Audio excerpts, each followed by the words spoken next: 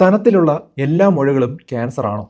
15 വർഷം മുമ്പുള്ള സ്തനത്തിലുള്ള മുഴ അല്ലെങ്കിൽ 15 വയസ്സിൽ കണ്ട ഒരു ചെറിയ മുഴ വർഷങ്ങൾ കഴിഞ്ഞപ്പോൾ അത് ക്യാൻസറായിട്ട് മാറി എന്നുള്ളൊരു വാർത്തയാണ് നമ്മളെല്ലാവരും ഇപ്പോൾ കേട്ടുകൊണ്ടിരിക്കുന്നത്. അതെ, ക്യാൻസർ ആണ്. ഇങ്ങനെ ഒരു ബ്രസ്റ്റിൽ ഒരു മുഴ എൻ്റെ ശ്രദ്ധയിൽപ്പെട്ടത് എനിക്ക് 15 വയസ്സുള്ളപ്പോഴാണ്.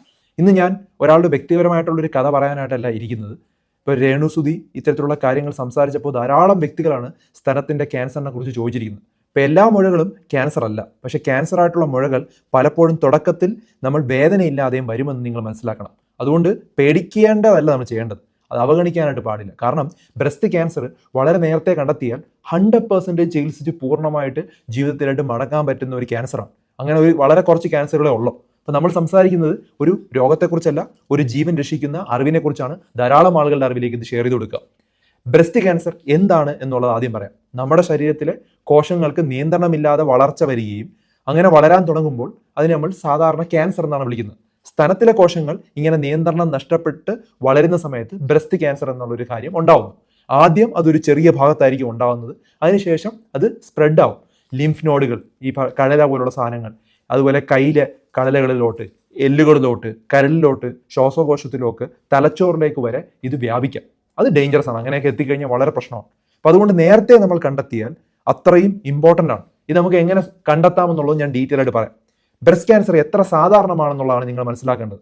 ലോകത്ത് സ്ത്രീകളിൽ ഏറ്റവും കൂടുതൽ കാണുന്ന ക്യാൻസറുകളിൽ ഒന്നാണ് ബ്രസ്റ്റ് ക്യാൻസർ. ഓരോ കുടുംബത്തിനും, ഓരോ നാട്ടിലും, ഓരോ ആശുപത്രിയിലും കേസുകൾ കൂടിക്കൊണ്ടിരിക്കുകയാണ്. ഓക്കെ, അത്രമാത്രം കേസുകൾ ഇപ്പോഴത്തെ ഒരു ജീവിത ശൈലി കൊണ്ട് ഉണ്ടായിക്കൊണ്ടിരിക്കുകയാണ്. ഇതിൻ്റെ ഒരു നല്ല വാർത്ത എന്ന് പറഞ്ഞാൽ സ്റ്റേജ് 1 കണ്ടെത്തിയാൽ 90% കൂടുതൽ ആളുകൾക്കും ഒരു കുഴപ്പവുമില്ലാതെ ജീവിക്കാനായിട്ട് കഴിയുമെന്നുള്ളതാണ്. നേരത്തെ കണ്ടെത്തുക. അപ്പോൾ ആരൊക്കെയാണ് കൂടുതൽ ശ്രദ്ധിക്കേണ്ടതെന്ന് പറഞ്ഞാൽ, പ്രായം കൂടുന്തോറും റിസ്ക് കൂടുതലാണ്. 40 വയസ്സിന് മുകളിലുള്ളവർക്കാണ് കൂടുതൽ റിസ്ക്. കുടുംബത്തിൽ ബ്രസ്റ്റ് ക്യാൻസർ ഉണ്ടെങ്കിൽ കൂടുതൽ സാധ്യതയുണ്ട്. അമ്മയ്ക്കോ സഹോദരിക്കോ ഒക്കെ ഉണ്ടെങ്കിൽ വരാനുള്ള സാധ്യത കൂടുതലാണ്. അങ്ങനെ ആർക്കെങ്കിലും ബ്രസ്റ്റ് ക്യാൻസർ ഉണ്ടെങ്കിൽ കുറച്ചുകൂടെ കാര്യമായിട്ട് നമ്മൾ നോക്കണം. BRCA ജീൻ എന്നൊരു സാധനമുണ്ട്.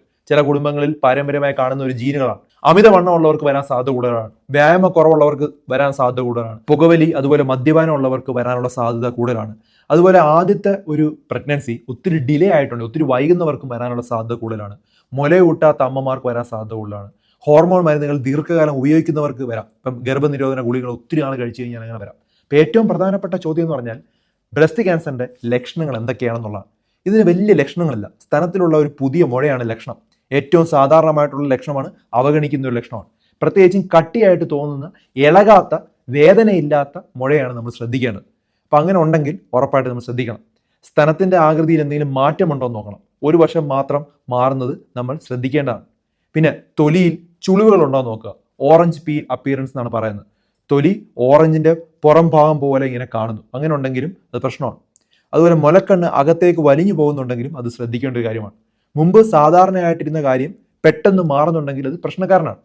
അതുപോലെ മുലക്കണ്ണിൽ നിന്ന് രക്തം വരിക, അതും പ്രശ്നമാണ്. വളരെ പ്രധാനപ്പെട്ട ഒരു ലക്ഷണമാണ്. അങ്ങനെയാണെങ്കിൽ ഒരു കാരണവശാലും അവഗണിക്കാനായിട്ട് പാടില്ലാത്തൊരു ലക്ഷണമാണ്. ഇങ്ങനെയുള്ള മുഴ അല്ലെങ്കിൽ കൈയിടയിൽ മുഴ ഉണ്ടാവുന്നു, ഇതെല്ലാം ബ്രസ്റ്റ് ക്യാൻസറിൻ്റെ ആദ്യത്തെ ലക്ഷണങ്ങളിൽ ഉണ്ടാവുന്നതാണ്. ഇങ്ങനെ ലിംഫ് നോഡിൽ ഉണ്ടായെന്നുണ്ടെങ്കിൽ നമ്മൾ ശ്രദ്ധിക്കണം. ആ കടല ഇങ്ങനെ കണ്ടിന്യൂസ് ആയിട്ട് നിൽക്കുന്നുണ്ട്. മാറാത്ത മുറിവുകൾ പ്രത്യേകിച്ച് ഉണ്ടെങ്കിൽ അതും ശ്രദ്ധിക്കണം. അതുപോലെ ചുവപ്പ് കളറിൽ ബ്രസ്റ്റ് മാറുന്നുണ്ട്, വീക്കം ഉണ്ടാവുന്നുണ്ട്, ഒക്കെ ഉണ്ടെങ്കിലും നമ്മൾ ശ്രദ്ധിക്കണം. സ്തനത്തിൻ്റെ വലുപ്പം പെട്ടെന്ന് മാറ്റം ഉണ്ടാവുന്നുണ്ടെങ്കിലും ഉറപ്പായിട്ടും ശ്രദ്ധിക്കേണ്ട കാര്യമാണ്. ഇപ്പോൾ ഏറ്റവും വലിയ തെറ്റിദ്ധാരണ എന്ന് പറഞ്ഞാൽ വേദന ഇല്ലെങ്കിൽ ക്യാൻസർ ഇല്ല എന്നുള്ളതാണ്. അത് തെറ്റാണ്. വേദന ഇല്ലാതെ ബ്രസ്റ്റ് ക്യാൻസർ വരാം. ബ്രസ്റ്റ് ക്യാൻസർ പല മുഴകളും തുടക്കത്തിൽ വേദന ഉണ്ടാകാറില്ല.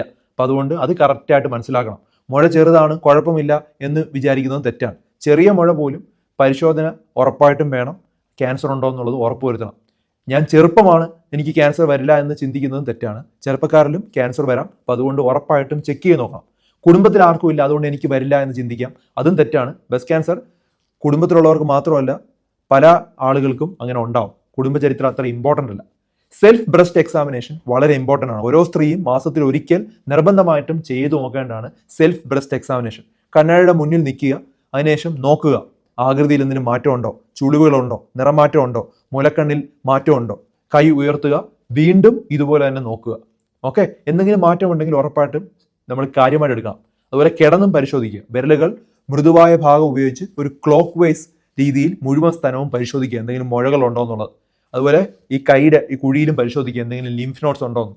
എപ്പോഴാണ് പരിശോധിക്കേണ്ടതെന്ന് പറഞ്ഞാൽ ഏറ്റവും നല്ലത് ആർത്തവം കഴിഞ്ഞ് 5 മുതൽ 7 ദിവസത്തിനകത്ത് നോക്കുന്നതാണ്. മെനോപോസ് കഴിഞ്ഞവർ ഓരോ മാസവും ഒരു നിശ്ചിത ദിവസം തീരുമാനിച്ച് ആ ദിവസം നോക്കുക. എല്ലാ മാസവും നോക്കണം. മാമോഗ്രാം എന്താണെന്ന് നിങ്ങൾക്ക് അറിയൂ? ബ്രസ്റ്റ് ക്യാൻസർ നേരത്തെ കണ്ടെത്താനുള്ള ഒരു എക്സ്റേ പരിശോധനയാണ് മാമോഗ്രാം. അത് നമുക്ക് എല്ലാ ഹോസ്പിറ്റലിലും ഇപ്പോൾ ഉണ്ട്. മാമോഗ്രാം കൊണ്ട് എന്താണ് പ്രയോജനം എന്ന് പറഞ്ഞാൽ മുഴ കൈകൊണ്ട് അറിയുന്നതിന് വർഷങ്ങൾക്ക് മുമ്പ് പോലും മാമോഗ്രാം കൊണ്ട് നമുക്ക് കണ്ടുപിടിക്കാനായിട്ട് പറ്റും ചെറിയ മുഴകൾ. അപ്പോൾ എപ്പോഴാണ് അത് ചെയ്യേണ്ടതെന്ന് പറഞ്ഞാൽ പൊതുവായിട്ട് 40 വയസ്സിന് ശേഷം നമ്മൾ ചെയ്യണം. ഓരോ വർഷത്തിലും അല്ലെങ്കിൽ 2 വർഷത്തിൽ കൂടുമ്പോൾ ചെയ്യാം. ഡോക്ടറുടെ നിർദ്ദേശപ്രകാരം ഫാമിലി റിസ്ക് ഉണ്ടെങ്കിൽ എല്ലാ വർഷവും അത് ചെയ്യണം. മാമോഗ്രാം വേദനിക്കുമോ എന്ന് ചോദിച്ചു കഴിഞ്ഞാൽ ചെറിയൊരു അസ്വസ്ഥത ഉണ്ടാക്കുമെന്നേ ഉള്ളൂ, അല്ലാതെ ബുദ്ധിമുട്ടൊന്നും ഉണ്ടാവില്ല, വേദന ഉണ്ടാക്കില്ല. ഏതാനും സെക്കൻഡുകൾ കൊണ്ട് തന്നെ അത് കഴിയും. ഓക്കെ, ഇപ്പോൾ മാമോഗ്രാം എടുക്കുന്നത് കൊണ്ട് ക്യാൻസർ വരുമോ എന്ന് ചിന്തിക്കുക പല ആളുകളുണ്ട്. അതും തെറ്റാണ്, അങ്ങനെയൊന്നും ഉണ്ടാവില്ല. അൾട്രാസൗണ്ട് എപ്പോഴാണ് ചെയ്യേണ്ടതെന്ന് പല ആളുകളും ചോദിക്കാം. പ്രത്യേകിച്ച് ചെറുപ്പക്കാരിൽ ഡെൻസ് ബ്രസ്റ്റ് ഉള്ളവരിൽ, നല്ല തിക്കായിട്ടുള്ള ബ്രസ്റ്റ് ഉള്ളവരിലാണ് അൾട്രാസൗണ്ട് ചെയ്യുന്നത്. MRI എപ്പോഴാണ് എടുക്കുന്നതെന്ന് പറഞ്ഞാൽ ഹൈ റിസ്ക് ആയിട്ടുള്ള സ്ത്രീകളിൽ, ഒത്തിരി പാരമ്പര്യമായിട്ടുള്ള ക്യാൻസർ ഉള്ളവർക്കാണ് സാധാരണ ചെയ്യുന്നത്. ഇനി മുഴ കണ്ടെത്തി കഴിഞ്ഞാൽ നമ്മൾ എന്താണ് ചെയ്യുന്നത്? നമ്മൾ ചെയ്യുന്നത് ട്രിപ്പിൾ അസസ്മെന്റ് ആണ്. ആദ്യം ക്ലിനിക്കൽ എക്സാമിനേഷൻ ചെയ്യും, നമ്മൾ നോക്കും, അതിന് ഇമേജിങ് ചെയ്യും, അതായത് മാമോഗ്രാമോ അൾട്രാസൗണ്ടോ ചെയ്യും, പിന്നെ ബയോപ്സി ചെയ്യും.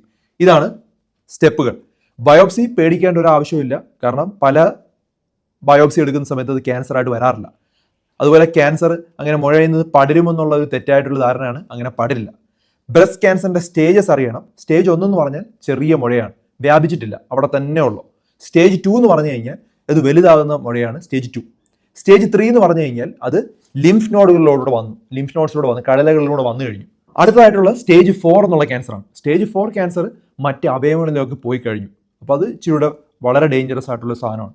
അപ്പോൾ ഇതിൻ്റെ ചികിത്സ എന്താണെന്ന് പറഞ്ഞാൽ ആദ്യത്തെ സർജറിയാണ്, പിന്നെ കീമോതെറാപ്പി ഉണ്ട്, റേഡിയേഷൻ ഉണ്ട്, പിന്നെ ഹോർമോണൽ തെറാപ്പി ഉണ്ട്. ഇങ്ങനെ പല പല ട്രീറ്റ്മെന്റ് ഉണ്ട്. ഇപ്പോൾ ടാർഗറ്റഡ് തെറാപ്പിയും ഇമ്മ്യൂണോതെറാപ്പിയൊക്കെ വന്നിട്ടുണ്ട്.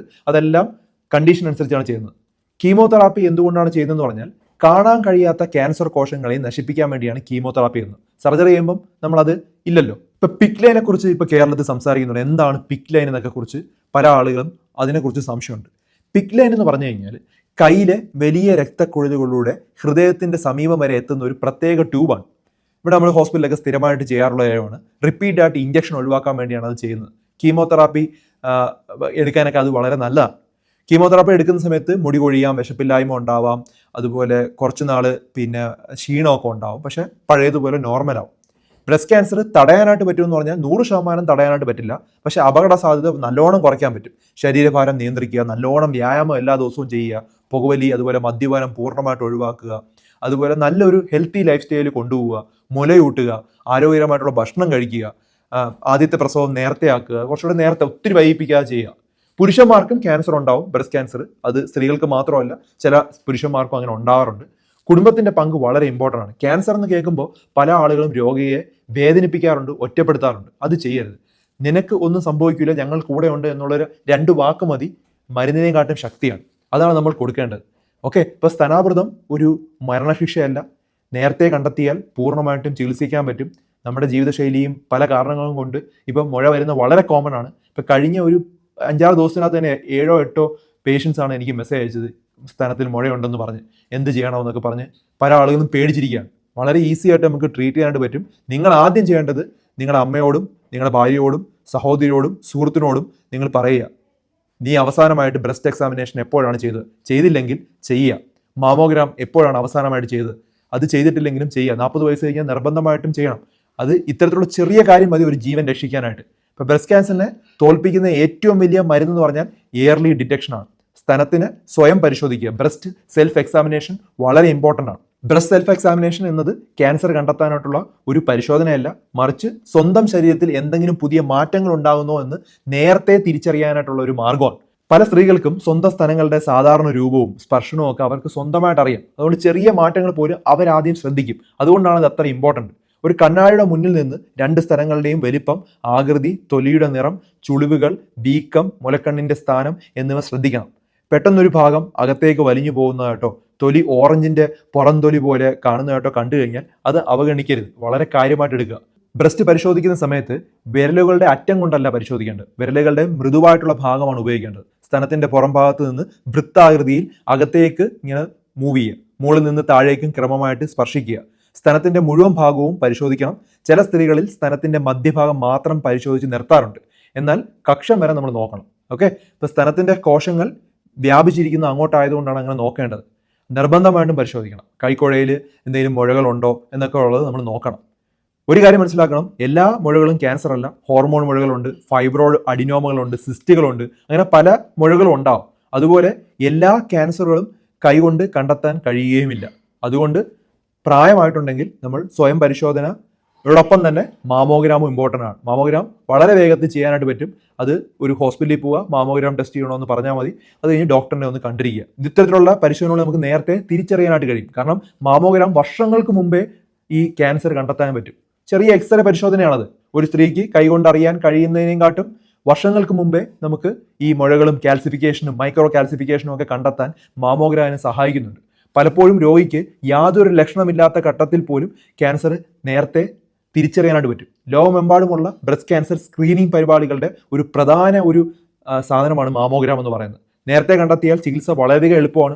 ശസ്ത്രക്രിയയുടെ വ്യാപ്തി വളരെയധികം കുറയ്ക്കാനായിട്ട് പറ്റും. ജീവൻ രക്ഷിക്കാനായിട്ട് നമുക്ക് വളരെ എളുപ്പം കഴിയുമെന്നുള്ളതാണ് ഇതിൻ്റെ ഒരു ഗുണം. ചില സ്ത്രീകളിൽ മാമോഗ്രാം ചെയ്യാൻ പേടിക്കുന്നത് പരിശോധനയ്ക്കിടെ സ്തനം 2 പ്ലേറ്റുകൾക്കിടയിൽ അല്പസമയം അമർത്തി വെക്കുന്നത് കൊണ്ട് മാത്രമാണ്. ചെറിയ അസ്വസ്ഥത മാത്രമേ ഉള്ളൂ, പക്ഷെ അത് ഏതാനും സെക്കൻഡുകൾ മാത്രമേ ഉള്ളൂ. വളരെ വേഗത്തിൽ നമുക്ക് മാമോഗ്രാം ചെയ്യാനായിട്ട് പറ്റും. മാമോഗ്രാം കൊണ്ട് ക്യാൻസർ ഉണ്ടാവില്ല, ക്യാൻസർ തടയാൻ വേണ്ടി ഹെൽപ്പ് ചെയ്യണം. ഇപ്പോൾ 40 വയസ്സിന് മുകളിലോട്ടുള്ള സ്ത്രീകൾ നിർബന്ധമായിട്ടും മാമോഗ്രാം ചെയ്ത് നോക്കേണ്ടത് തന്നെയാണ്. ബ്രസ്റ്റ് ക്യാൻസർ നേരത്തെ കണ്ടെത്തിയാൽ ഏറ്റവും ഫലപ്രദമായ മാർഗ്ഗങ്ങളിലൂടെ അത് കൺട്രോൾ ചെയ്യാനായിട്ട് പറ്റും. അപ്പോൾ അതുകൊണ്ട് സെൽഫ് ബ്രസ്റ്റ് എക്സാമിനേഷനും മാമോഗ്രാമും ഉറപ്പായിട്ടും സ്ത്രീകൾ ചെയ്തു നോക്കേണ്ട കാര്യങ്ങളാണ്. ഇത് ധാരാളം ആളുകളുടെ അറിവിലേക്ക് ഷെയർ ചെയ്ത് കൊടുക്കുക. ഇപ്പോൾ ധാരാളം ആളുകൾ ഇതിനെക്കുറിച്ച് ചോദിച്ചുകൊണ്ടിരിക്കുന്നതുകൊണ്ടാണ് ഈ ഒരു വീഡിയോ ഷെയർ ചെയ്ത് ജീവൻ രക്ഷിക്കുന്ന ചില മാർഗ്ഗങ്ങളാണ് ഞാൻ ഡീറ്റെയിൽ ആയിട്ട് പറഞ്ഞത്.